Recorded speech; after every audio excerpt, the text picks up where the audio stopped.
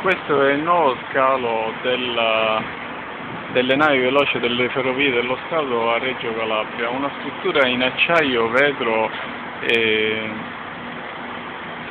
piastrelle di ceramica, accoglie i visitatori della città di Reggio. Questa è la nave veloce delle ferrovie, uno scafo a idrogetto di grandi dimensioni, può portare fino a 500 passeggeri. Questa è la nave che ci porterà a Messina. Questa è l'invasatura che un tempo era usata da una nave traghetto, adesso sono queste navi super veloci costruite a Messina, sono delle barche a idrogetto con lo stesso principio degli aerei, buttano l'acqua fuori dalle turbine che si trovano sotto lo scafo.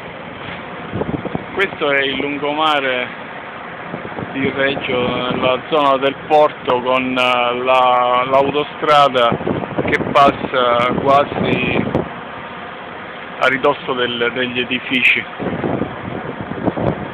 È l'uscita di Reggio, questa qua. Di fronte a noi è uno dei tanti traghetti di Matacena, la compagnia dei traghetti di Reggio.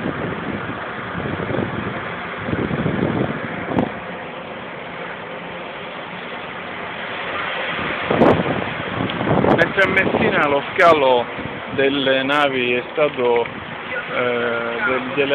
realizzato con una zattera galleggiante sul mare, con una specie di baracca costruita sopra la zattera. Qui a Reggio invece abbiamo un bellissimo scalo con una architettura molto bella, tutta in acciaio e in vetro, che accoglie i visitatori. La facoltà di architettura di Reggio ha influito enormemente sul rinnovo dell'immagine di questa città, mentre a Messina ancora si fanno le baracche galleggianti, qui invece abbiamo delle bellissime strutture progettate in modo professionale.